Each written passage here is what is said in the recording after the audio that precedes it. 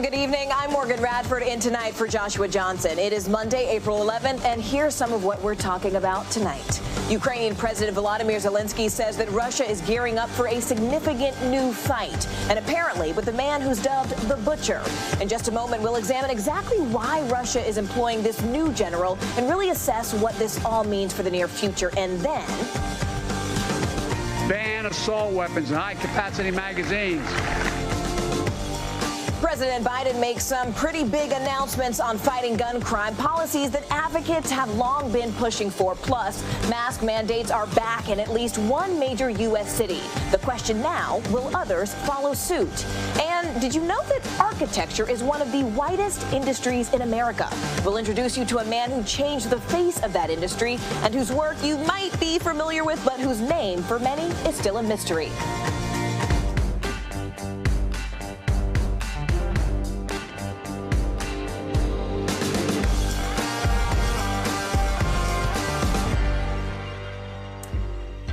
We begin tonight with major developments in Russia's 7-week war against Ukraine. UK officials are investigating an unconfirmed report that Russian forces possibly used chemical weapons in an attack in Mariupol. Now, that investigation comes after a telegram message from Azov, an ultra-nationalist part of the Ukrainian National Guard. They say Russian forces used a poisonous substance of unknown origin. Now, in fact, just a short time ago, the Pentagon's press secretary John Kirby said, quote, "We are aware of social media reports which claim Russian forces deployed a potential chemical munition in Mariupol, Ukraine. We cannot confirm at this time and will continue to monitor the situation closely. These reports, if true, are deeply concerning and reflective of concerns that we have had about Russia's potential to use a variety of riot control agents, including tear gas, mixed with chemical agents in Ukraine."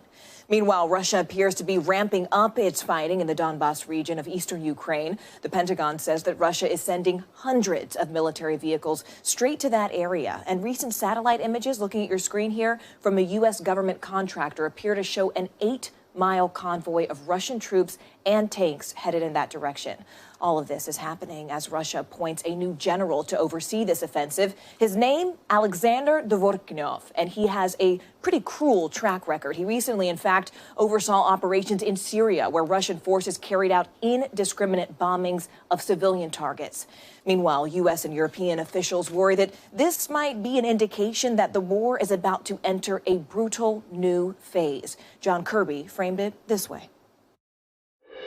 He and other senior Russian leaders have shown in the past, and you mentioned Syria as one example, have shown clearly in the past their disregard for avoiding civilian harm, their utter disregard in many ways for the laws of war, laws of armed conflict, and the brutality with which they conduct and prosecute their operations. We're probably turning another page in the same book of Russian brutality.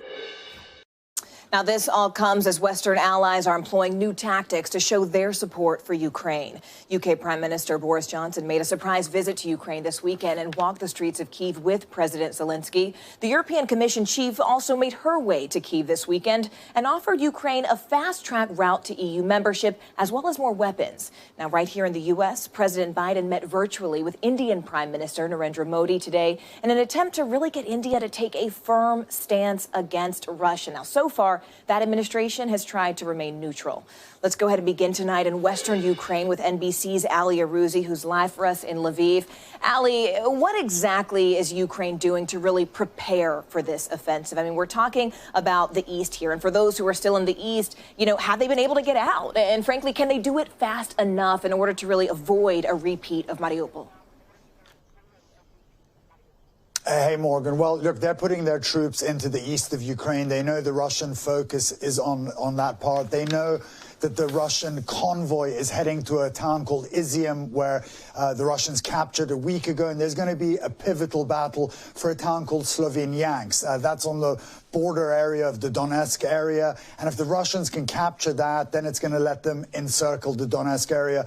But the Ukrainians are vowing to fight tooth and nail to get that area back. But they say they need more advanced hardware to do it. And of course, this is a nightmare for the civilians trying to get in and out of that area. We saw a bunch of civilians trying to get out of Donetsk area because the Ukrainian government were telling them, get out while the window is open. Of course, when they try to get out, that train station in Kramatorsk was bombed, killing at least 50 people and 5 of them children. So they feel like they're getting trapped, and it's getting more and more difficult for them to get out of those areas. The train, much less people are traveling by train because they don't feel safe. But the irony of that is it's much more dangerous to go by road because you have to go through Russian checkpoints, and all of these locations have been mined by the Russians.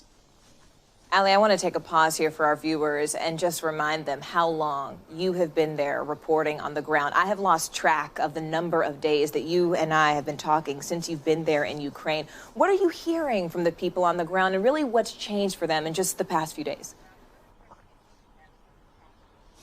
Look, you're hearing tragedy after tragedy from anybody you speak to. It's hard to speak to people here, Morgan, without myself getting emotional. But, you know, their stories are heartbreaking. These people have been, you know, torn away from their homes. They've been split from their families. They've lost loved ones, and it's showing no signs of abating. But these people are so strong. They're so determined to keep a hold of their country, their sovereignty, and their fellow citizens. You know, you hear one account after the other that's just heartbreaking. Let's take a listen to what one resident of Mariupol had to say. We thought the worst thing is an air bomb, but in fact, the most terrifying thing is a tank. There is nothing worse than a tank. When it moves while you're lying on the ground, you can hear the sound of the gun in movement. That's very scary. You can really hear it. You don't know where it will shoot. We got lucky. We were at the second entrance. We survived. And Morgan, these people were living normal lives a couple of months ago, going about their daily routine just like anybody else in the U.S. does. Now they have to become familiar with the moving sound of a tank and its gun swiveling around and wondering if they're going to be the next target. It's hard to imagine. You know, Ali, what you describe is unimaginable, but I do want to talk about the West for a moment, because what's happening in the East in many ways is contingent upon the results we see in the West. We've seen, for example, videos of people really trying just to return back to their homes after they've left everything behind. Does this new offensive in the East affect those plans in the West? I mean, does it stop or even slow down the ability of those people to get back home? It certainly stops the ability of people who want to get back to the far east of the country, the Donetsk area, because, you know, the Ukrainian authorities telling them, you know, get out of here, don't come back here. It's so dangerous. There's going to be a massive offensive. But people from, you know, the west where I am that want to get back to the Kyiv area, those suburbs, it's becoming slightly safer for them. There are routes open to them. You know, the roads are still mined, but the Russians have left that area, so they don't have to worry about that. But still, the Ukrainian authorities are saying to them, don't come back now. There are mines on the road. The structures, the buildings you live in are unsafe. Some of them have been destroyed. But again, every Ukrainian you talk to say, look, I want to go back home. My heart is in my home. I miss the park in Bucha. I miss my home comforts. My kid wants to play with their toys that we left behind in their home. So they're desperate to get back to their homes, to their lives. But it's still a little too early for them to do it. Speaking of which, Ali, let's talk about that international response for a moment, because we saw UK Prime Minister Boris Johnson walk the streets of Kyiv just this weekend with President Zelenskyy. How has Ukraine's relationship with the UK and even really with the rest of Europe changed in these past few weeks? It's gotten a lot better. Look, we're seeing them giving them a lot more military aid, a lot more weapons that they've been asking for. Not everything they've been asking for, but they are getting a lot, and that's because there's a newfound respect for Ukraine. I mean, Morgan, you know better than I do. At the beginning of this war, the West, the Russians, all thought this was going to be a walkover for Russia, that they would sail into the capital in Kyiv and take the place. But the Ukrainians have put up a valiant resistance, and that's upped support for them. You know, the British have guaranteed $1 billion of World Bank loans to them. They're giving them 120 armored cars, advanced equipment. And when Boris Johnson was there, you could see the respect for Zelenskyy. He called the Ukrainian people a lion and Zelenskyy their roar. Zelenskyy said that Boris Johnson has done more than many other people to put pressure on Russia to help Ukraine militarily. And he really appreciated that. And then you could see later that Boris Johnson in that meeting said, look, it's time for Europe to wean themselves off Russian energy. We've got to stop buying it, and instead we've got to help the Ukrainians much more. And that has been key in all of this. The European Union foreign policy chief pointed out something startling the other week. He said in the period of this war, the European Union has given Ukraine just over $1 billion worth of military aid, but in that time they bought $68 billion worth of Russian energy, and it's that money that's helping the Russians fund this war, and I think everybody in Europe has realized it's time to stop that. NBC's Ali Arouzi. Ali, thank you so much for your reporting, and again, please stay safe. With the threat of an all-out offensive in eastern Ukraine looming, the question remains, what should Ukraine's next steps be? So let's go ahead and bring in Colonel Brendan Kearney to break down the options for us. Colonel Kearney is a former USMC Chief of Staff to Europe and retired U.S. Marine Corps. Colonel, thank you first for being with us this evening. And I want to shift gears and really discuss strategy for a minute, because considering that Russia is now reinforcing its forces to attack the east, what do you think, given your expertise, that Ukraine's next move should be, strategically speaking? Well, I think the obvious move that they're going to have to do, Morgan, is prepare a very, very robust defense. As the Russians have taken some time to regroup, to rearm, so have the Ukrainians, without a doubt in my mind. With a good defense, however, the Ukrainians, with their knowledge of that terrain and their knowledge of the people that are over there that are sympathetic to them, the Ukrainians that support in a free and independent Ukraine, the Ukrainian military should be planning what we call in our line of work a spoiling attack. They should be looking to attack the Russians at a place and time of Ukrainian choosing to go ahead and disrupt the Russian attack that we all know is coming. That will get the initiative back to the Ukrainians. You mentioned a spoiling attack. I want to take a moment to just listen to how Admiral Stavridis, the former Supreme Allied Commander at NATO, described this new Russian general that really has everyone talking. Let's take a quick listen here. He is the goon called in by Vladimir Putin to flatten cities like Aleppo in Syria. He has used tools of terrorism throughout that period, including working with the Syrian forces, torture centers, systematic rape, nerve agents. He is the worst of the worst. Nerve agents, the worst of the worst. I mean, this is a grim picture. So my question to you, Colonel, what is Russia's strategy here by employing a general who is known for blatantly violating all laws of conflict? I mean, what signal does this send to the rest of the world at this point? Well, I think the most important signal that the Russians are sending is that they will tell the rest of the world that they intend to stop at nothing in order to go ahead and achieve the success they want to achieve there. And I think the good admiral is dead on. I think the goon is an appropriate technical term to describe this man's character. However, I think he's going to run into a technical problem in that he has never experienced a defense like what the Ukrainians are putting up. This is not Syria. This is not the Chechens. So I think he's in for a surprise. I want to stay on that point about weapons for a minute, because in an appearance on Meet the Press just yesterday, this is what the Ukrainian foreign minister said about allies providing weapons to Ukraine. Let's talk on the other side. The problem with supplying weapons to Ukraine is that sometimes it comes too late. The timeline is crucial. Every day matters, and things must be supplied on a daily basis to strengthen our defense capabilities. Colonel, what's your reaction to that? I mean, what are we missing here? How can the U.S. and other allies really provide weapons to Ukraine even faster? Or is there some other type of military assistance that they should be considering? Well, quite honestly, I think the West, the United States, our allies, are getting equipment across that border into Ukraine and into Ukrainian hands for further distribution as quickly as they can.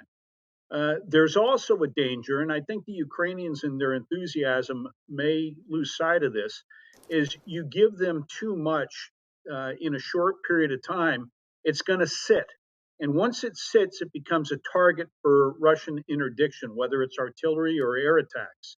So there's a very, very fine line. And quite honestly, it is going to change with the tactical situation, which means once or twice a day, you're going to have a situation change and the Ukrainians are going to have to respond. But we need to get as much as they can that they've been asking to them quickly and just get it across to them and let them employ it from then on.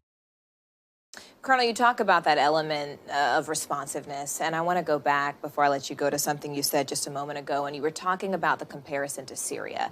But can I ask you to sort of compare the current war in Ukraine, let's say, with World War I or World War II? I mean, what lessons, more broadly speaking, should the West be learning from the war in Ukraine thus far? I mean, what kind of weapons, of intelligence, or even just preparation do you think could become more commonplace after this war?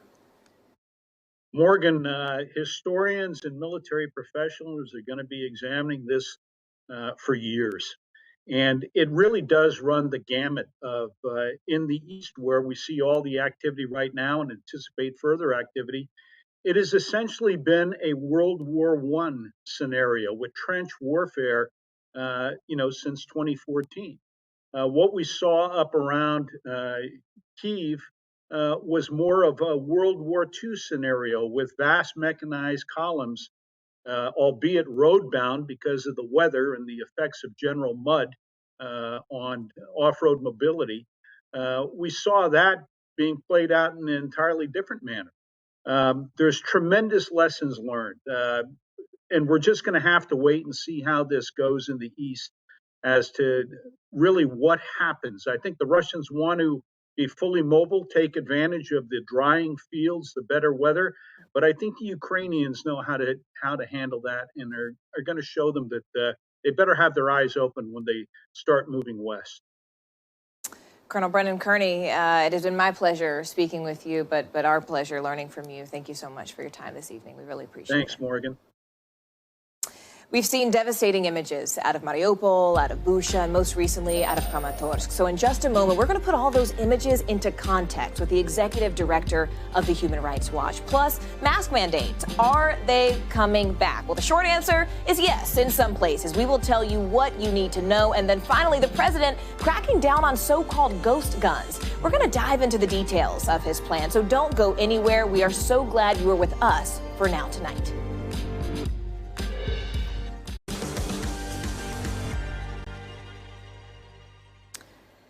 Ukraine says Russia is behind some of the biggest mass casualties in this war. For example, in Kramatorsk, a city in eastern Ukraine, a railway station was attacked as thousands were trying to flee just last week. Ukrainian officials say at least 50 people were killed, including children.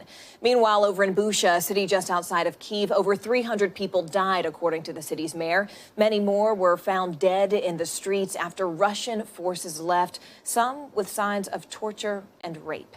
And then in Mariupol, a port city in southeastern Ukraine, many residents have been without food and water for weeks. Thousands have managed to escape, but mass evacuation efforts have been repeatedly stalled. Today, President Zelenskyy said tens of thousands of people in Mariupol are likely dead. Meanwhile, across Ukraine, there have been isolated claims of execution and rape. Humanitarian organizations like Human Rights Watch say they're investigating those incidents, and they accused Russia of apparent war crimes on April 3rd. And just last week, their office in Russia was shut down after 30 years of working there. So joining us now is Kenneth Roth, the Executive Director of Human Rights Watch. Ken, I just want to thank you first for being with us this evening. And just to back up for a second for our viewers for a moment, what exactly categorizes a human rights abuse? I mean, are civilian deaths automatically considered a human rights abuse during a time of war? That's a good question, because obviously wars are about killing people, and you've got to look at the rules, when is it permitted and when not. In this case, the relevant rules are in the Geneva Conventions and their protocols, what's known as the laws of war or international humanitarian law. Now, these are literally hundreds of pages, but for our purposes, they really are quite simple. They say you can never torture, rape, or execute somebody in your custody. If you're shooting, you can never target civilians. You have to shoot only at military targets. You can never indiscriminately bomb a civilian area. If you're besieging a city, you've got to allow civilians to leave and allow humanitarian aid in to meet them. Now, these are all the basic rules that Russian military forces are violating in Ukraine. So there's the rules, and then there's reality. A U.S. ambassador to the UN, Linda Thomas-Greenfield, spoke about this war's particular effect on women and children today. Let's take a listen and talk on the other side. The deputy mayor of Ivankiv told reporters that some girls are cutting their hair short in hopes of avoiding rape by Russian troops. Family separations leave girls in particular at increased risk for sexual exploitation and trafficking. And we've heard sobering reports of traffickers targeting women as they seek protection abroad. I mean, Ken, sobering feels like an understatement. I got chills when I first heard that. What has Human Rights Watch found on the ground when it comes to those abuses against women and particularly children? I mean, once Human Rights Watch does complete that investigation, for example, Ken, what happens with those results? I mean, are they used to actually hold governments accountable? Well, let me answer both parts of that question. I mean, first, women and children here are particularly vulnerable because the men are required to stay within Ukraine to fight. And so the women are vulnerable, when Russian forces occupy a region, but they're also vulnerable, even as they flee into Europe because they're by themselves and they, traffickers or others see them as prey. So this is a profound concern. Now, insofar as Human Rights Watch's investigations go, we are collecting, evidence of war crimes, which requires in each case, carefully documenting what happens. You have to speak to the witnesses, the survivors.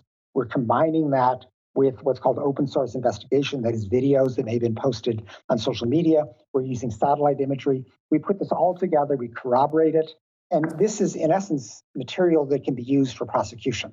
Now, fortunately, there is a court that is actively investigating these war crimes. It's the International Criminal Court. Its chief prosecutor has already announced an investigation. 41 governments have endorsed it. Many are sending their own investigators in to help. So there is a very concerted effort to generate charges for these war crimes. And the International Criminal Court doesn't just look at the low-level offender. They try to go up the chain of command. They're going to try to ask who is giving these orders, or the alternative, who knew about them and did not make any effort to stop them. And this is, frankly, where Putin is quite vulnerable, because rather than hearing about these accounts and saying, oh, this is terrible, stop immediately, Putin is saying, this didn't happen. This is fake news. Basically sending the message, go commit war crimes, I'll cover up for you. When you talk about the effort, Ken, to stop them, I mean, Russia has canceled your organization's registration, shutting down your office there, and you all have been there for 30 years. So what was your immediate reaction when that happened? I mean, what does this mean for your ability to help stop and prevent all the things we're discussing right now? Well, I should say we were not surprised that they shut our office down. In fact, we were a bit surprised it took this long. This is not going to stop our work. We're going to continue to monitor Putin's crackdown in Russia, where he's trying to, censor any information about the war, spread disinformation, and he's threatened 15-year prison terms on anybody who contradicts the Kremlin's line that, everything's going wonderfully and this is just a special military operation, not even a war. We also, of course, are continuing our work in Ukraine because Russia closing our office in Moscow has nothing to do with our work in Ukraine. So we are determined, if anything, to redouble our efforts to both document the repression within Russia to try to generate pressure for that to stop, but most important, to stop the killing of civilians in Ukraine. When you talk about those killings, we know that Putin has appointed General Dvorkinov to take over operations there in Ukraine. That general, as we mentioned earlier, has a history of brutality, especially when you look at Syria as an example. I mean, is he someone that Human Rights Watch is monitoring right now? Well, we actually already have. In Syria, in Idlib province in the northwest, we did a very detailed study looking at 46 cases where Russian forces deliberately targeted a hospital, a school, a marketplace, or an apartment building. And in that case, we were able to trace the command responsibility all the way to Putin, in part because, rather than repudiating these war crimes, Putin actually gave the Hero of Russia award to the general, essentially saying, great job. And now, of course, Putin has brought him in to presumably replicate those war crime strategies in Ukraine. Kenneth Roth, thank you so much for your time this evening, and thank you for all the things you're doing to help. We appreciate it. Thank you. Now, while these alleged war crimes are being investigated, local police officers are left with a very disturbing task. Sky News security and defense editor Deborah Haynes has the story. And a warning, though, to our viewers, you may find some of the reporting to be disturbing. Armed with a list of locations and a weapon, the policemen set off. They work in a small town outside Kyiv, a peaceful place, until the war came. Now, rather than petty crime, their mission is picking up bodies. And it's relentless. This one was a man. They say he was a civilian, but don't know his name. The remains are burnt beyond recognition. Carefully, they zip him up and move on. The lead police officer says Russian troops attacked the town of Makariv and seized several surrounding villages. In this would be in Russian army when shoot on our city. Ukrainian forces finally pushed them back last week. Evidence of the retreat met with glee. Humour a good shield when dealing with the horror Russia's forces left behind. This one team has collected 26 bodies in the past 3 days. 1 month on our territory go war. I see how my friend explode. After this, I don't have feels about when I found bodies. They pull up outside the home of Yuri Vasikin in the nearby village of Vishegrad. A pensioner, he was at home alone when Russian soldiers paid a visit in early March. They apparently beat the 62-year-old, then shot him in the head. His remains eventually buried in the back garden, now finally retrieved for examination and a proper burial. His son is still in shock. Why was he killed?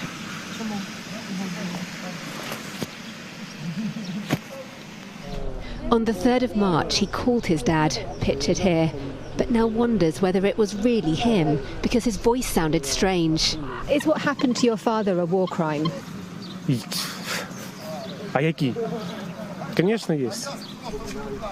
The next-door neighbour was also killed, a retired police sergeant, a colleague. Russian troops seem to have gone house to house, challenging residents and at times shooting them. And now we've got the police literally following their trail, going from one house to the next, digging up bodies in the back garden. 9 miles away is the hamlet of Andrievka. This is where the mayor's cousin Vitaly is buried after being executed seemingly for what he had on his mobile phones. The neighbour shot dead too. Першого розстріляли Віталіка, зв'язали руки і поставили на коліна, розстріляли, потім пішли до Вадима. Вадима також завели в погріб, і в погребі хотіли на коліна поставити, видно, не ставав, то йому по ногам розстріляли, потім він упав на коліна, також в затилок убили. Back with the police, they load up their van. It smells of death, and there are 3 more bodies to collect. Time to go. Deborah Haynes, Sky News, Makariv.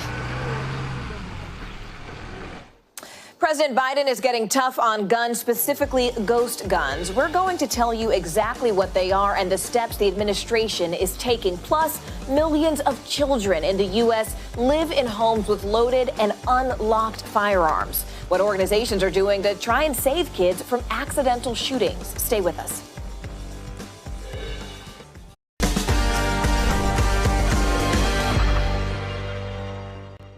Today, President Biden announced new steps to take on so-called ghost guns. Now, these are firearms made from parts without serial numbers, which really makes them significantly harder to track. The president also introduced his pick to lead the agency tasked with illegal gun control, nominating former U.S. Attorney Steve Dettelbach to lead the Bureau of Alcohol, Tobacco, Firearms, and Explosives, or the ATF.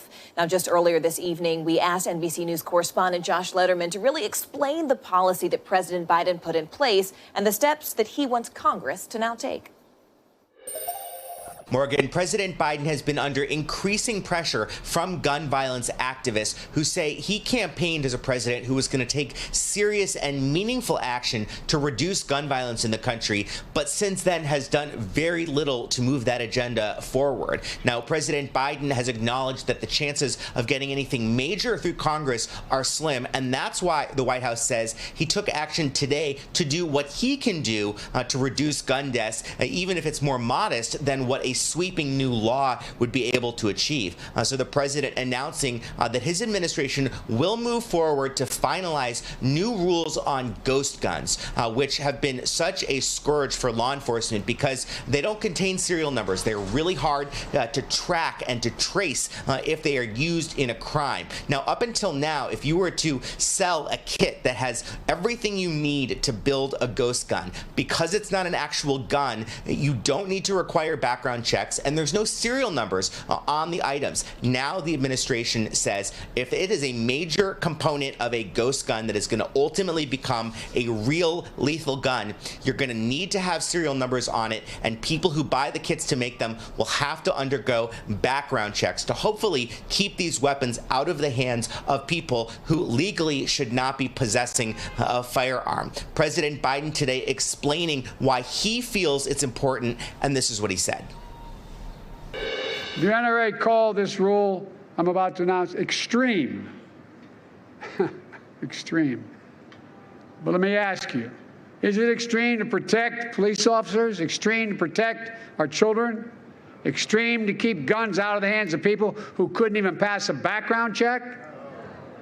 Look, the idea that someone on the terrorist list could purchase one of these guns is extreme. It isn't extreme, just basic common sense.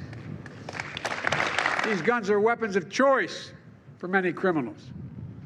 We're going to do everything we can to deprive them of that choice. And when we find them, put them in jail for a long, long time. President Biden also announcing today he is naming Steve Dettelbach to be the head of ATF, that agency within the Justice Department that regulates firearms in this country. And this is actually President Biden's second pick for the job after his earlier nominee, Dave Chipman, had to withdraw after it was clear he did not have enough support, including from all Democrats, to be confirmed. This is an agency that for years now has not had a confirmed leader in charge, and Democrats say that is a huge problem as we try to reduce gun violence. Steve Dettelbach is someone who has experience in law enforcement as a former U.S. attorney in Ohio who was confirmed by the Senate.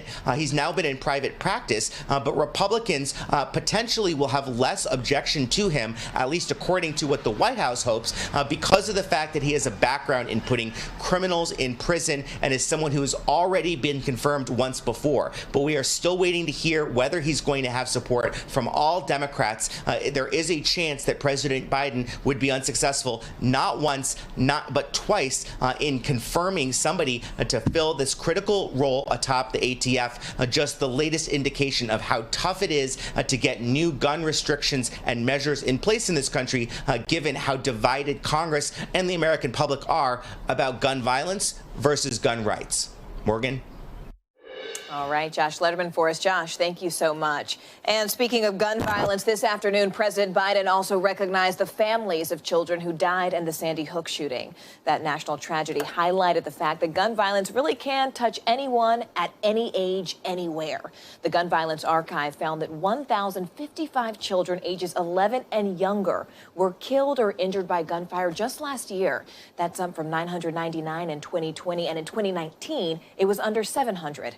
NBC News Now correspondent Von Hilliard has more on what organizations are doing to really protect kids. A A recent tragedy in St. Louis, Missouri, putting a focus on calls for secure storage gun laws in the U.S., as a pair of cousins last month were killed while playing with an unsecured gun on Instagram Live. They were only 12 and 14 years old. Their story is just one of many. In April 2016, Giovanni McDowell lost her son Jawan just 1 month after celebrating his 14th birthday. Our lives were forever altered. He didn't make it were those words that we heard. And in my mind was the what, the how, the why. My 14-year-old son was shot and killed. Jawan was killed by another teenager while they were playing with a firearm, according to the Savannah Police Department. And our hearts were shattered into a million of pieces. Everything became an instant memory. Trying to grasp life from a place that often leaves a void in a missing piece that will never be the same. Hearing about those similar fatal unintentional shootings, Googling those, and those findings was devastating to learn this, that it wasn't uncommon. In the United States, it's too common for comfort. More than 1,500 children and teens were killed in homicides and accidental shootings in 2021, according to the Gun Violence Archive reports, up from 1,380 children in 2020. The numbers of households that have guns unsecured has risen dramatically in the last decade. Allison Anderman is senior counsel at Giffords, an organization dedicated to saving lives from gun violence.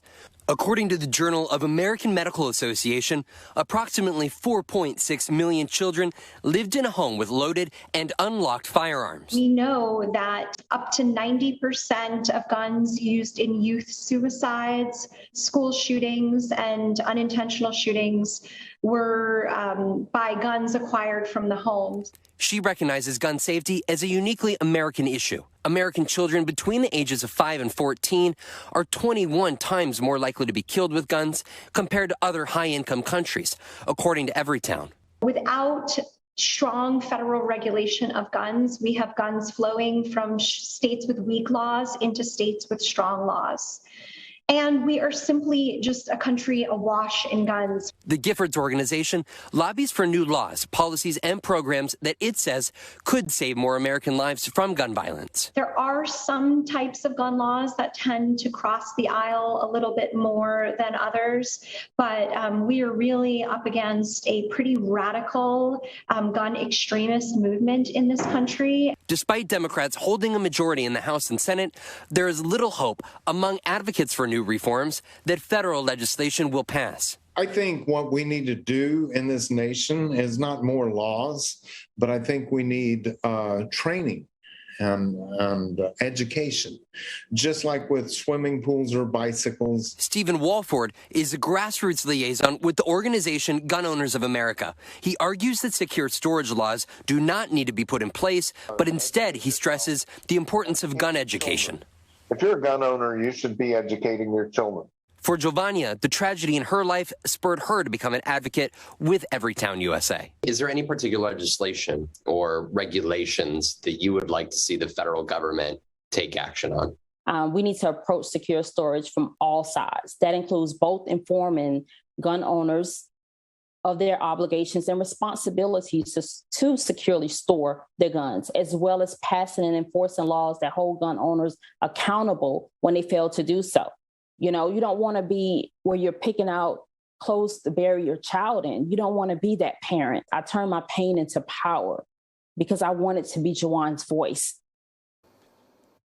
That was NBC's Von Hilliard reporting. And coming up next, some of today's other top stories. Do not get rid of your mask just yet, because we are going to talk to a physician about the current state of the pandemic. Plus, on to the next round of the French presidential election. How this race could end up affecting other parts of Europe. That is all coming up after the break, so stay close. Now for a check of the headlines tonight, Philadelphia is bringing back its indoor mask mandate. According to the city's Department of Public Health, COVID cases are up 50% from just 10 days ago. The city's top health official says masks will be required again indoors 1 week from today. We don't know if the BA.2 variant in Philadelphia will have the kind of impact on hospitalizations and deaths that we saw with the original Omicron variant this winter. This is our chance to get ahead of the pandemic, to put our masks on until we have more information about the severity of this new variant. And the truth is, if you look there at the screen, you can see that Philly really is not alone. COVID cases are on the rise in 24 states. So with us right now is Dr. Jeremy Faust. He's an emergency doctor at Brigham and Women's Hospital at Harvard Medical School. Dr. Faust, thank you so much for joining us this evening. And just first up, I mean, what are your thoughts on Philadelphia's decision? Do you think that other cities will or even should follow suit?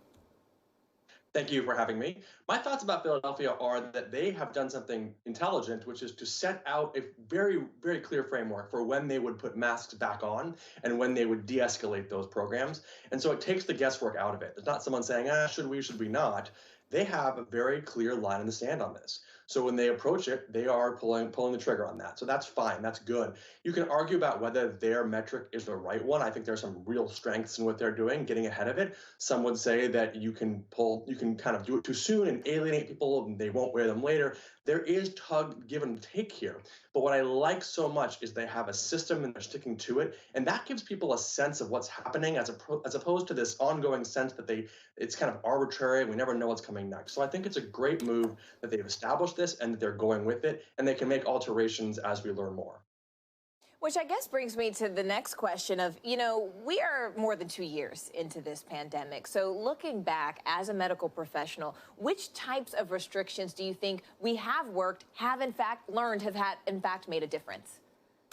To me, the big thing that we didn't have 2 years ago that we have today is testing. We could not track this virus. Now we can track it with testing on people. We can track it in wastewater. So we can know when it is we need to alter our behaviors and not kind of do these grand gestures of everybody staying home for weeks. That's huge. The second thing we've learned, of course, is that this virus is spread through the air. And so that wearing a mask is so important when there's a lot of virus around. So we can do so much more by tracking the virus and making the appropriate changes in our living just when we need to. We don't have to do the whole shutdown again, barring some terrible fiasco like a variant that is making all our vaccines no longer working. So we haven't had that, thank goodness. So I think that in 2 years, we've learned how to track this kind of situation. And now we're learning, as you see in Philadelphia and elsewhere, how to right size the approach in each jurisdiction. I think that Omicron did not go well. We waited too long and didn't alter enough. So hopefully we've learned from that. Speaking of those grand gestures, we're talking about the federal mask mandate for public transportation, places like airports, airplanes, trains. That is set to expire next week. And the White House COVID coordinator was asked today if the administration still supports that mandate. Let's take a listen to his response on the Today Show. I know the CDC is working on developing a scientific framework for how to answer that. We're going to see that framework come out, I think, in the next few days. And based on that, we're going to want to be guided by this decision. Throughout the entire pandemic, we've wanted to make decisions based on the evidence and science. And that is what I expect we'll do again this week. So, Dr. Faust, when we talk about that type of framework, I mean, what kind of evidence will the CDC director really consider when making that decision ultimately? There are so many different ways to measure this question that I am as curious as you are. I think that one thing we have to say is that it really does come down to a combination of what works and what are our values. How much virus are we trying to suppress? How much are we willing to tolerate in our communities? And I think what's really important to realize is that we are not yet at a place where every single person can be vaccinated. I have a child who's about to be 4 years old, and she cannot be vaccinated. There's not a vaccine for her yet. And so for me, the idea that we can go on a plane once in a while and she can wear a decent mask, but not a great one, this is not optional for a lot of people. We can't just hide little kids from this problem. And so to me, I think the calculation will change drastically for many people when we have Moderna and hopefully then Pfizer as well get authorization for vaccinating 6 months and above. Right now, everyone 5 and up can get protection, and it's fantastic. But below that, we can't. And even though the numbers are small, it's tragic. And things like going on a plane or a train, this really is not a place where you can really choose unless you're just going to go on for years and years without seeing your relatives and that sort of a thing. So I think that one thing I'd like to see the CDC acknowledge is that we're not quite there on maximizing the protection to everyone. I think once we've reached that, once we have better therapeutics and prophylactic medications, then you can start to pull things back. But I am hoping that at least for things like airplanes and airports and trains, they'll keep it, because I think that if we keep masks around in the very crowded spaces, then actually we can take the masks off in less crowded indoor situations. So that's a trade-off that I think many of us will be willing to make. And Dr. Faust, just very briefly before I let you go, just a moment ago you mentioned testing. I mean, with more home tests now being conducted, fewer PCR tests are actually going through labs. So are underreported tests a concern to you? Yeah, that's certainly a big deal. The CDC, if you look back on it, they like to count things. And so rapid tests do not make it easy for them. So that's why the CDC was initially, I think, in my view, sort of against the idea of a lot of rapid tests. But the thing with rapid tests are people actually do them now. And so they can get that information. Look, I recently heard of a case close to my life where someone was going to see an immune compromised person. They didn't feel perfect, but they didn't feel too sick. And they probably wouldn't have taken a PCR. They took a rapid. It was positive. Was that a life-saving test? Probably, possibly. We don't really know. Was that test reported to the government? Probably not. I don't think so. So the question is, what's the outcome that we're trying to track? Are we trying to be really good epidemiologists, or are we just trying to keep everybody alive? So I think that, unfortunately, you do sacrifice a little something in reporting in exchange for that point of care and knowledge. You take a test, you know immediately. There's no delay. There's no having to go get the test and find it. It's an improvement. Obviously, the best case scenario would be the situation where you take the rapid and you send that QR code or whatever you have to report it. That's the best. But honestly, if we can't do that, I'd rather people know the truth about their own situation. And we can track things like wastewater to find out what's happening in communities. We've made huge improvements on wastewater, but it's not in every single zip code, and it has to be, because then we can do both things at once. We can see the virus, and we can give people the knowledge they need to make safe choices. Dr. Jeremy Faust giving us the tools we need to fight through the rest of this pandemic. Dr. Faust, thank you so much. We appreciate your time. And meanwhile, in France, the results of Sunday's presidential election are in. President Emmanuel Macron and challenger Marine Le Pen came out in the top two. According to the Interior Ministry, Macron and Le Pen received about 27% and 23% of the ballots, respectively. And because neither candidate actually received at least 50% of the vote, they're headed to a runoff election on April 24th. Now, the close results between the centrist Macron and the far-right Le Pen could have sweeping implications for the rest of Europe. In fact, according to the New York Times, with war raging in Ukraine and Western unity likely to be tested as the fighting continues, Ms. Le Pen's strong performance demonstrated the enduring appeal of nationalist and xenophobic currents in Europe, and anti-NATO and more pro-Russia France in the event of an ultimate Le Pen victory would cause deep concern in allied capitals and could fracture the united transatlantic response to the Russian invasion of Ukraine. And it is baby one more time for Britney Spears. The 40-year-old hitmaker announced on Instagram that she's pregnant. The news comes just months after her conservatorship came to an end. And in addressing the court in June, she alleged, if you remember, that her conservators, including her father, Jamie Spears, forced her to wear an IUD to prevent pregnancy. This will be the third child for Spears. She previously had sons Sean and Jaden with ex-husband Kevin Federline.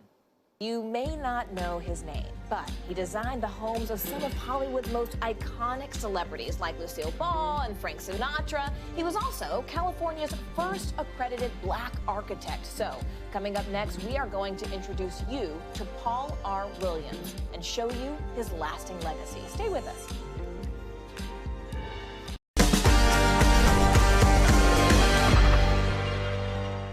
So tonight we want to introduce you to an architect whose style came to define Southern California. Like the movie stars whose homes he designed, he enjoyed towering achievements himself. But unlike his clients, his name is one you may have never heard. His work is instantly recognizable. This is his handwriting. That's his handwriting. On the sign of the Beverly Hills Hotel. Yeah.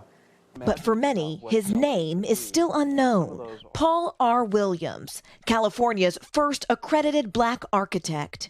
He's one of the greatest architects that America has produced. Born in Los Angeles in 1894, Williams became the most influential Black architect of the 20th century, designing the homes of America's biggest celebrities, from Frank Sinatra to Lucille Ball. He was very interested in social impact. Often in neighborhoods where he wasn't allowed to own property himself. Today, just 2% of American architects are Black. Why do you think that is? Is it barriers to entry? Is it lack of exposure? We need to prioritize diversity. Who can be in the room to make those power judgments about what gets built, where it gets built? We need to be at that table.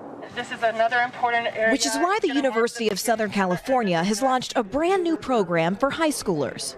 How many of you, by a show of hands, had ever met a black architect?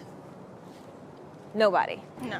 Where they spend 3 hours a day completing their own design projects. And you make buildings on like laptops and stuff, but I never thought was possible. You're actually designing them yourselves? Yeah.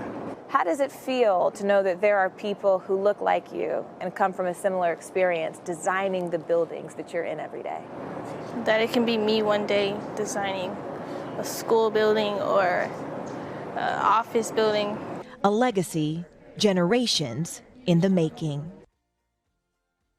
A legacy indeed. Well, that is all the time we have for tonight. Joshua Johnson will be back in the chair tomorrow. And be sure to follow us online for the latest on upcoming topics and upcoming guests. We're at NBC Now Tonight on social media, or you can leave us a voicemail, 888-575-2NBC. You can also email nowtonight@nbcnews.com. And it has been my absolute pleasure to spend this evening with you. You can catch me and my co-anchor, Aaron Gilchrist, every single weekday starting at 11 a.m. Eastern Time right here on NBC News Now. And until then, I'm Morgan Radford. Thank you so much for spending your evening with me, and have a great night.